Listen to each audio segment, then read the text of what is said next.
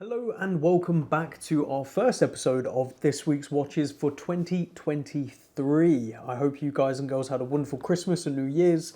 I know I certainly did, and it was nice and relaxing, or as relaxing as it can be with a little baby that's going through teething and growth spurts and keeping us up all night. But it was nice to be out of the office for a bit, have a little bit of a break from watches and back to it with all the excitement that comes with it.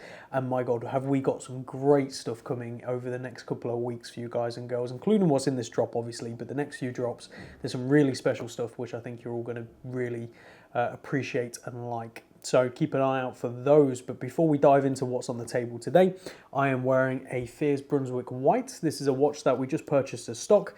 I'm giving it a little run myself before we bring it to the website. This is going to be the first Fears watch that has no box and paperwork. Unfortunately, the owner of this watch lost it and just can't seem to locate it. So we purchased the watch as such, and obviously it will be sold as such. So it will be the cheapest Brunswick that's ever hit the market. So if you are looking for a Brunswick, this might be your perfect option if you're wanting to save quite a bit of money. And not worry about the box and papers at the end of the day. And I've paired it on the goat's leather grey, which just looks fantastic in my opinion. I've always liked this combination for this reference. It really tones it down and makes it super wearable with t-shirt and jeans, which is what I almost always wear. Now I do want to say this year, as same as last year, we're going to be continuing in the same format. We're going to be doing weekly drops, and we are going to be doing our best to get some incredible watches in, just like we did last year. There was some really amazing stuff, so I think you're all going to really like what we've got coming this year. If you do have a watch to sell, head over to the website, the sell section, complete the form, nice and simple, and we'll get back to you as soon as we can. But now that all the rambling is out the way, let's dive into the watches that are on the table. And we're going to have to start with this incredible Heuer. You guys and girls are going to absolutely love this Autavia. It is incredible, the condition, the dial, everything about it. So let's take a closer look at this beauty. So first up is this absolutely incredible Heuer Autavia. And the condition of this one and the dial originality is exactly what you want to be looking for if you're in the market for a watch like this. Yes, you'll pay a small premium for, one of this quality, but when you're talking watches like this, it's worth it, because at the end of the day, they're just not going to be seen like this for long, because watches this good usually end up in a collection where they stay for a very long time, and therefore that one is taken out of circulation, out of being available to buy. So for me, if I was in the market for such a watch like this, I would be jumping on this one personally. Really gorgeous one. This is the reference 1163T, and as you can see, that dial is just stunning. The tritium in the hands and the dial, the blue, it's all perfect. Nice original bezel as well, which rotates nicely. You have your original Heuer crown and your original pushers as well, as you can see. Nice case back as well, and beating away inside is the automatic Heuer caliber 11, which is obviously this micro rotor movement that Heuer and many other brands are famous for using, a collaboration movement. This one's from circa 1970. It is watch only. It does come with an original Heuer buckle, and it's paired on a nice rally style strap, but just look at that dial, that's the highlight. This is a watch well worth reading up on the website, looking at the photos, and any further questions, don't hesitate to email us. And this is one, if you are in the market, come book an appointment for the office, come try it on, see it in person, see for yourself, loop the dial. Well, that's what the great thing is about having the office. You can physically come here and look at this watch with me, and I can talk you through different aspects, which is really cool. But let's show this one on wrist and talk dimensions. And here we go on my 7-inch wrist. You can see this is where this watch again just really shines, because that is so perfect. 42mm by 47.5mm lug to lug, 15mm thick and 20mm on the lugs. Really great proportions, and one well worth trying on if you get the opportunity. And if you're in the office for another reason, don't hesitate to ask just to look at this, because again, it's a watch you're just not going to see again like this. So it's worth checking out, taking a couple of photos, just so you can say you've seen one. So go check it out on the website today. From there, we're going to be moving over to something a little bit bittersweet, and that is my Tudor Ranger. Now, I've put it up already saying it's for sale, and I've had quite a few messages going, I thought you said this was for your daughter, and so on and so on and so on. And of course, it comes with great disappointment that I am letting go of it. But yes, it was going to be for my daughter. Obviously, the Christopher Ward yellow dial is still going to be her watch, and I'm keeping that. But with the market the way it is, and also with the economy the way it is, I personally would rather sell some of my personal watches to generate more cash flow in the business. Now, I don't think anything drastic is going to happen. I don't think the economy is going to fall completely through the floor and we're all going to be doomed. But I would rather have more cash flow in the business to buy more stock, which is what I'm already doing with some of the other watches we sold personally. then have this Tudor for my daughter in 18 years, and who knows what's going to happen this year with the business. So I think she'd rather have maybe not, but maybe the business when she gets older, rather than just a Tudor Ranger, which I'm sure I can get again at some point in the future if I deem that this is what I should be getting for her again. Or maybe I'll just let her choose her own watch, who knows. She's only 5 months old, it doesn't really matter at this stage. But let's take a closer look at this. So here it is, bittersweet, but there we go. This is the Tudor Ranger, the latest one with the 39mm case. Really, really great proportions. This one is from July 2022 with its box and paperwork, and it's the reference 79950. As you can see, paired on its original bracelet. It is worn. I definitely did enjoy this, as did my wife, so there are some scratches here and there. Nothing too major, no major sort of dents or anything like that. You've got the glide on the bracelet, on the clasp, which is really, really handy, and it makes you be able to get a really good fit on the fly, nice and easy. And again, I can't wait for this to become a sort of like a baseline thing across all Tudors, which I don't think will be long. Inside is the automatic Tudor caliber MT5402, and as you can see, really gorgeous loom. I just love how this watch looks. I mean, you guys and girls know I did a review on it. I just think it's a really good watch. So let's show it on wrist and tour dimensions. And here we go on my 7-inch wrist. As you can see, really good proportions. 39mm by 48mm lug to lug, only 12.5mm thick and 20mm on the lug, so endless options, although the bracelet is where it's at for me with this watch. So go check it out on the website today. Now let's move on to another watch. This is the Tudor Glamour Double Date Chronometer in pretty much near new condition. It has been worn ever so slightly, but it's still got stickers all on the bracelet. The condition is fantastic. Stickers still on the case. Yeah, I can see a couple of hairlines here and there, but nothing major at all. I think you'll be very happy if you pick this up. So let's take a closer look at this one. So next up, the Tudor Glamour Double Date with the chronometer dial and that really gorgeous multi-textured dial. And this is a really good looking watch. Sub-seconds down there, big date up at the top. You've got the nice applied indices and logo. Yeah, it's just really attractive. You've got that multi-stepped bezel, the iconic sort of Tudor profile of case, nice screw down crown as well.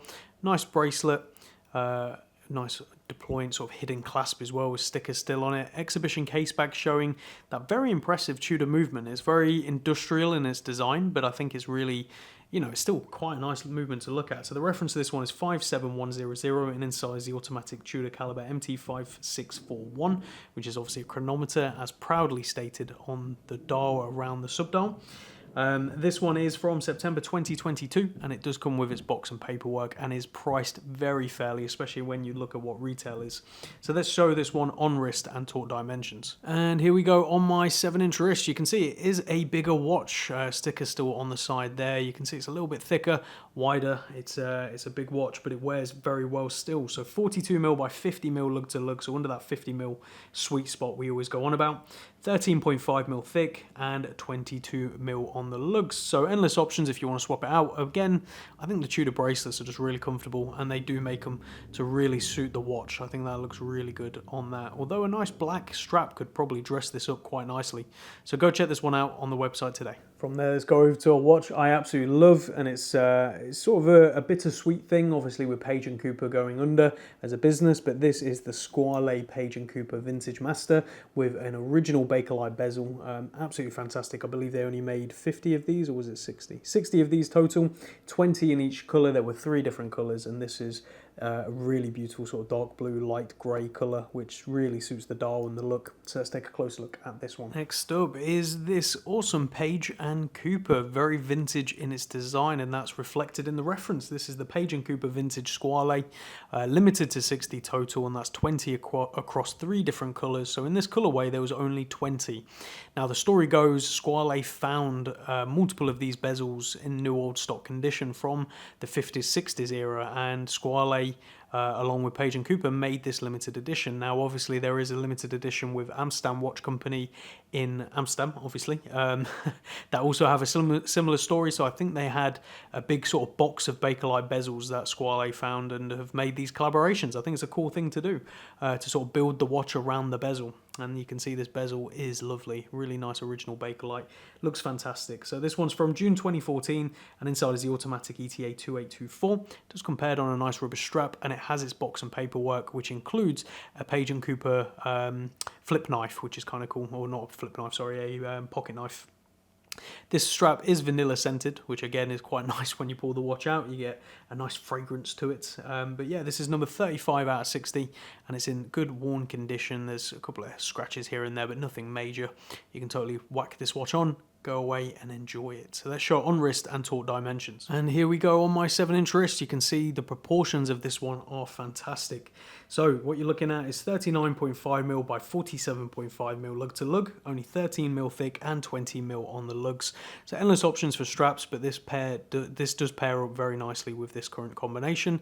But yeah, with that sort of grey blue tone and the silver of the dial, the options are really endless. So go check this one out on the website today. From there, switch over to a 1967 Omega Chronostop Geneve. Again, another watch I absolutely love. The most pointless complication ever, a single minute chronograph which flies back, but I really like it nonetheless. And the size is so perfect as well. They always look good on the wrist, and the sort of draw of this one is the dial. The dial is spectacular. So let's take a closer look at this. Now on to something we always keep our eye out for, but very rarely come across a nice one that we can price right, and this is one of those examples. This is a gorgeous Chronostop Geneve reference 145009 with the 1 minute chronograph which flies back. The way you could read the time, because I've had people ask, well, what's the point in that if it goes straight back? If you need to read the time, you hold it down and then you can see it stops, so you can actually mark what the time is, and then when you let go it flies back. So that's how it works. You can leave it running. I wouldn't recommend it, so you look like you got a normal running second hand, but you know, personally I would just leave it there and use it every now and again. Really nice dial on this one. You've got the racing markers around the outside which just look fantastic. Really nice original tritium on the dial and the matching hands, and the hand is aged very nicely as well. Nice condition case, original Omega crown as you'd expect, original case back with the waterproofing stated on it in the back. So as I say, reference 145009. Inside is a manually wound caliber, Omega caliber 865, which is a sort of modified Lamania base, which obviously most Omegas of this time are, and this is from circa 1967. So let's show it on wrist and taut dimensions. And here we go on my 7-inch wrist. You can see it is a very unique wearing experience because of the shape of the case. Just to mention as well, it has got a reproduction buckle. That is not an original, it's a reproduction, but it still looks nice and goes with the watch, so there you go. But what you're looking at here is 35mm by 39mm lug to lug, 12mm thick and 18mm on the lug. So if you're not a fan of this cool collar ebb strap it's currently paired on, you can swap it out for something else, but I think this really suits. So go check it out on the website today. Now before we get on to the Seikos, let's take a closer look at this awesome WMT. This is a really cool blue dial based on a vintage or a slightly earlier MIDI Tudor Submariner. That obviously this isn't the MIDI size, this is a full size. I like what WMT do. I think they're interesting and they're really fun for the money. You know, if you're paying silly money for these, then yeah, they're not so good. But the kind of price point you can get them at pre-owned with us, I think it's a lot of fun for the money, and you get a design and a look that you wouldn't be able to get, or you would be able to get, but for at least 10, 100 times the price depending on how much the item is. So let's take a close look at this one. So as I said in the intro, I am personally a big fan of what WMT do, and I think for the price point it's very interesting, right? You can get a cool vintage design and style for a fraction of the price.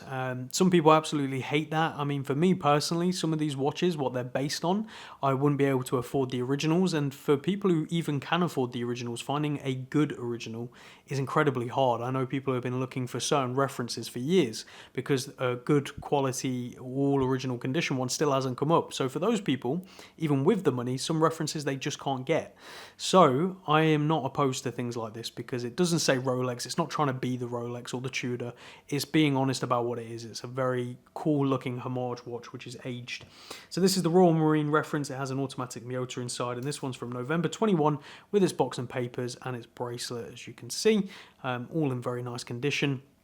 And again, as I say, I like what they do. I think it looks interesting. This is based on an old mini sub or mid-sized Tudor Submariner, whatever you want to call it, and it's one that was never made in this case size anyway. So again, interesting design. But let's show it on wrist and taut dimension. And here we go on my 7-inch wrist. You can see that is a cool looking watch. It definitely looks more expensive than what it is.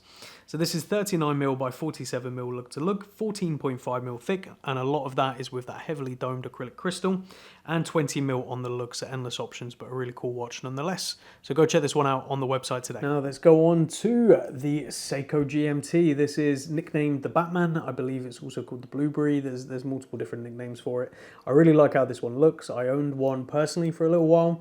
I can't remember if it was this colour scheme or the other one, but we've had all the colour schemes now. I think for the price at retail, these are fantastic. To get a real GMT at this price point is incredible. So when they become pre-owned and this price point, which you'll see on the website if it's still available, it's a no-brainer. Just over £300. That's ridiculous.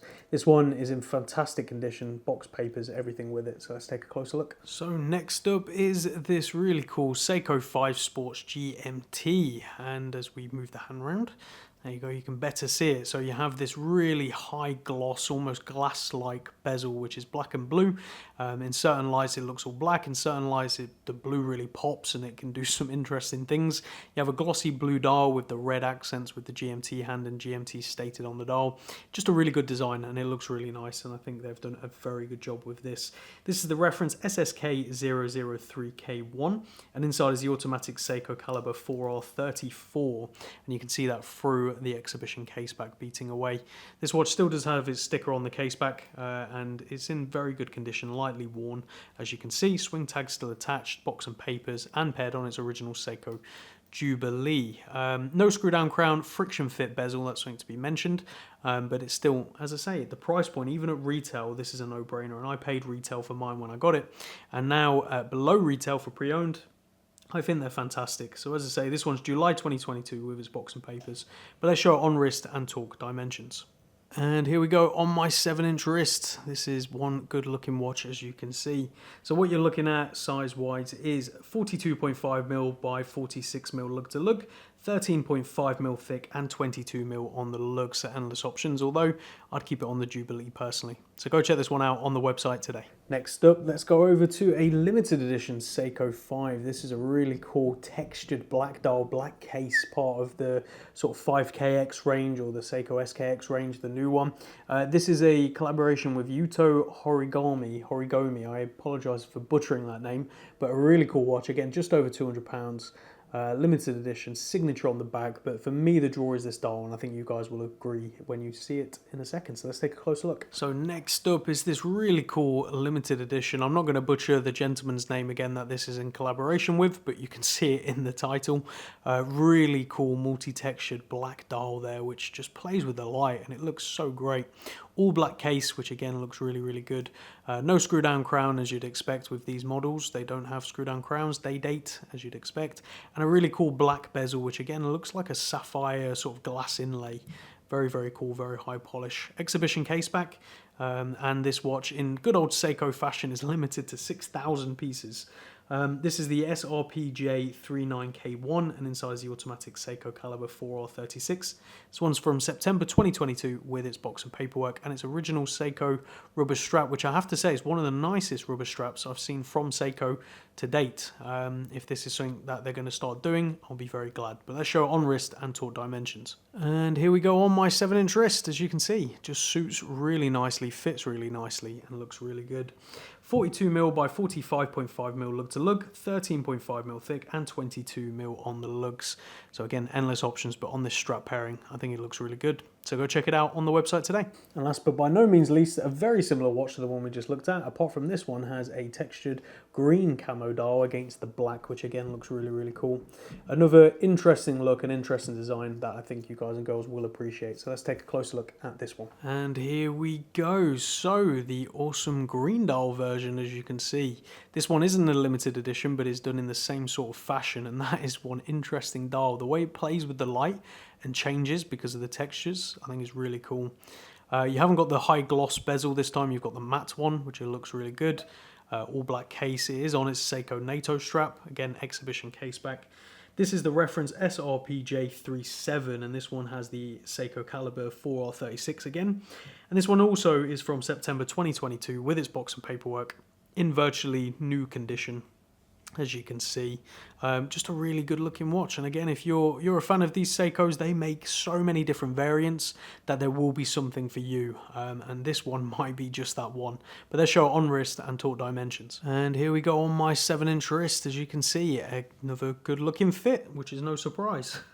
42mm by 45.5mm lug to lug, 13.5mm thick and 22mm on the lugs. Again, looks good on the NATO. I'd probably put it on a black rubber personally, but a really good look nonetheless. So go check it out on the website today. So there you have it, guys and girls. This week's drop, 9 watches. There was supposed to be 10. There was a Rolex Explorer, the latest 36mm, but that has sold this morning actually. So it was going to be in the drop, but off it goes to its lucky new owner. You're probably watching this. I hope you're enjoying the watch. It looks fantastic on your wrist, so congratulations. But yeah, it's been an interesting start to the year. I'm recording this on the 11th. And so far, it's been far better than last year, the start of last year. So again, better than expected considering everything with the economy and sort of the watch market and how prices have been affected. But to be honest, things are going still as they are, if not a bit better. So I really appreciate that. And let's see how it goes next week. So tune in. There are some incredible things next week. You guys and girls are going to love them. So we'll see you then. Take care.